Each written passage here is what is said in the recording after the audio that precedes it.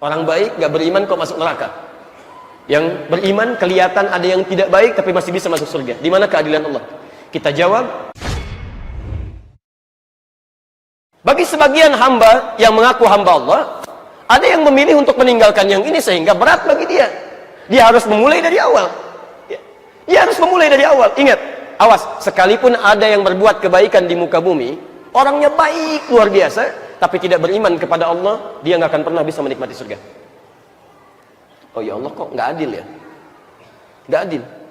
Ada orang beriman punya kesalahan, ada orang tidak beriman kok baik banget saat di dunia. Kenapa yang beriman bisa masuk surga, sedangkan yang tidak beriman yang baik tidak bisa masuk surga?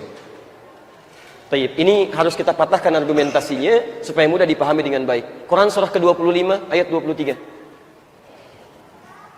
Quran surah 25 ayat 23. Ini sudah ditulis? Boleh saya hapus? Baik, saya aja yang hapus karena saya lebih tahu mana yang harus dihapus ya.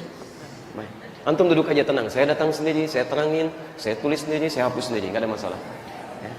Antum duduk aja. Karena ada teman kita yang datang selalu ikut kajian hanya untuk menghapus saja gitu kan. Beliau lihat di YouTube, Masya Allah jamaah itu susah ngapus katanya. Jadi ada yang tergerak untuk menghapus. Lihat sini. Teman-teman, Allah memberikan statement yang sangat indah di Quran yang Anda nggak akan temukan di kitab manapun yang dianggap sebagai agama, yang memberikan balasan bagi setiap kebaikan. Lihat kalimatnya, Quran surah 25 Al-Furqan ayat 23. Wa qadimna ila ma amilu min amalin. Jika ada non-muslim, orang-orang yang tidak beriman, berbuat baik dalam kehidupan dunia, dia suka nyumbang, bantu orang lain dan sebagainya dalam kehidupan dunia, ingat, dunia, maka hukum dunia diberlakukan oleh Allah.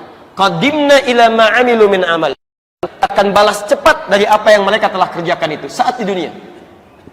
Jadi kalau ada non muslim misalnya yang belum beriman, dia mengerjakan kebaikan dalam kehidupan dunia, maka Allah pun berlakukan hukum dunia karena dia mengerjakan kebaikan itu untuk urusan dunianya, bukan untuk mencapai akhiratnya. Maka dengan keadilan Allah, kebaikan dunia ini pun dibalas oleh Allah saat dia berada di dunia. Saking adilnya Allah. Maka dia disanjung oleh orang lain, diberikan penghormatan, diberikan perhatian, bahkan tidak sedikit yang memohonkan kepada Allah supaya mendapatkan hidayah. Terjadi itu. Itu balasan dari Allah. Hanya nanti kalau diberikan hidayah, yang bersangkutan mau ngambil atau tidak. Ada hidayah lewat telinga, mendengar azan, diperkenalkan nama Allah. Ada hidayah lewat mata, melihat orang-orang ke masjid. Ada hidayah lewat diskusi, tidak sedikit dia sekolah di sekolah Islam. Ada yang mendakwahi langsung. Cuma yang bersangkutan mau mengambil atau tidak. Tolong pahami ini ya. Tidak ada satupun manusia ketika diberikan risalah yang tidak mendapatkan hidayah. Hidayah diberikan oleh Allah. Cuman masalahnya ketika diberikan, dia mau mengambil atau tidak. Dia bukan gak dapat hidayah. Allah berikan, cuman masalahnya ada yang ketika diberikan, dia gak mau ngambil.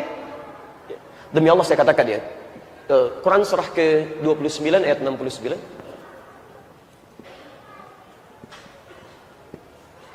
Contoh paling spesifik, Quran surah ke-20 ayat 43 sampai 44.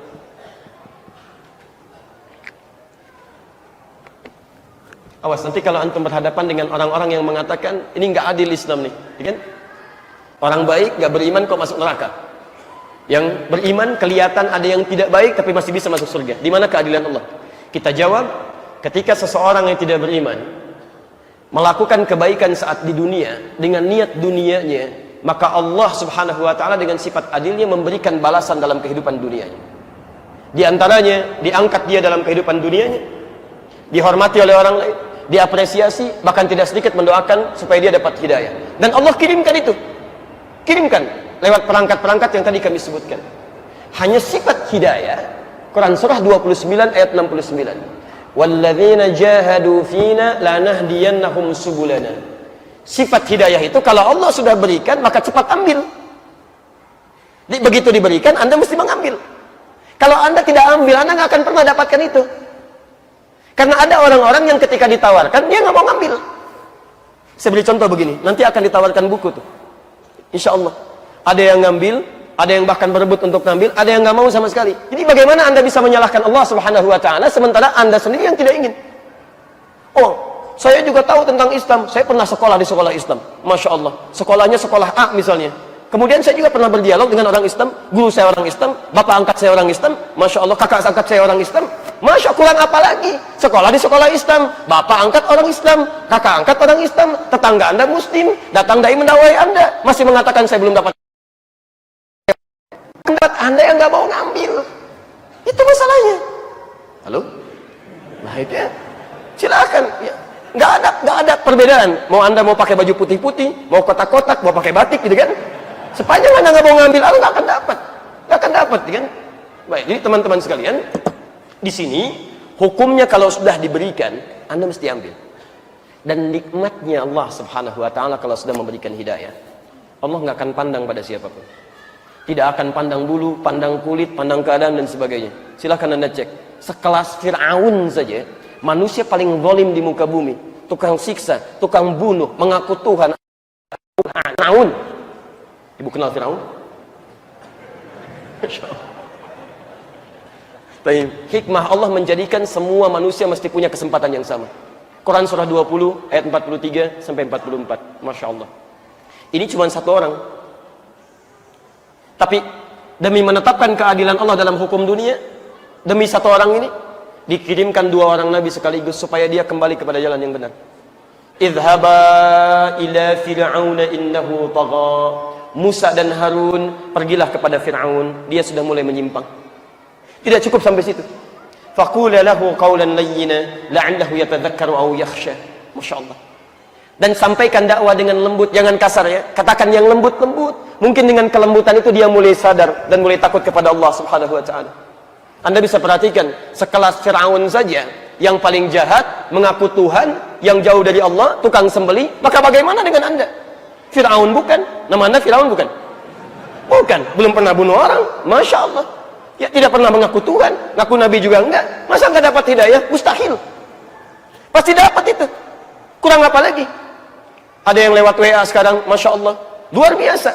Taklimnya ada, ajakannya ada, adhannya kedengaran, mushafnya ada, sampai masuk ke dalam handphonenya, belajar taklim, ustadznya hidayat juga, Masya Allah. Sampai dengan semua itu, Anda belum dekat kepada Allah, Anda perlu dikasih apa lagi? Halo? Nah, itu poinnya. Jadi mustahil ada orang nggak dapat ini, kecuali yang tidak ingin. Dia tinggalkan. Nah, kalau kita kembalikan ke sini, karena non-muslim tadi berbuat kebaikan dalam konteks hukum dunia, maka keadilan Allah diberikan. Diberikanlah kemudian balasan dunia. Tapi karena dia tidak mengerjakan untuk bekal akhirat. Syarat akhirat ini iman. Dia kurang syarat satu. Iman. Antum ikut ujian ke ITB, harus lulus dengan 5 poin. Antum mencapai 4 poin, gagal 1 poin, lulus tidak? Tidak. Antum kurang 1 di keimanan. Makanya ketika bekal ini dibawa ke akhirat, karena bekal imannya tidak ada, sebagai syarat bekal untuk ke akhirat, maka Masya Allah, faja'alnahu haba'an manthura. Maka ini nggak ada gunanya. Jadi debu yang berterbangan. Di dunia mungkin, tapi akhirat tidak. Jadi debu yang berterbangan. Ini indahnya bahasa Al-Quran.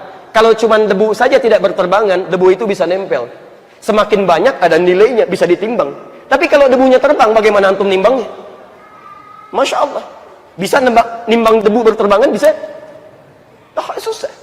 Jadi ini ibarat dari Al-Quran bahwa seseorang yang tidak beriman mengerjakan kebaikan, maka Masya Allah di dunia diberikan balasannya, tapi di akhirat karena bekalnya tidak ada, dasar imannya tidak ada, maka tidak bisa dibawa pulang. Jelas di sini? Taib. Ya. Dan hati-hati ya, hati-hati teman-teman sekalian. Nanti kalau yang tidak beriman tidak punya bekal ke akhirat, wajar karena dia nggak beriman. Yang paling bahaya ketika yang mengaku beriman tidak bisa masuk ke dalam surga dan tidak punya bekal untuk pulang. Itu yang repot.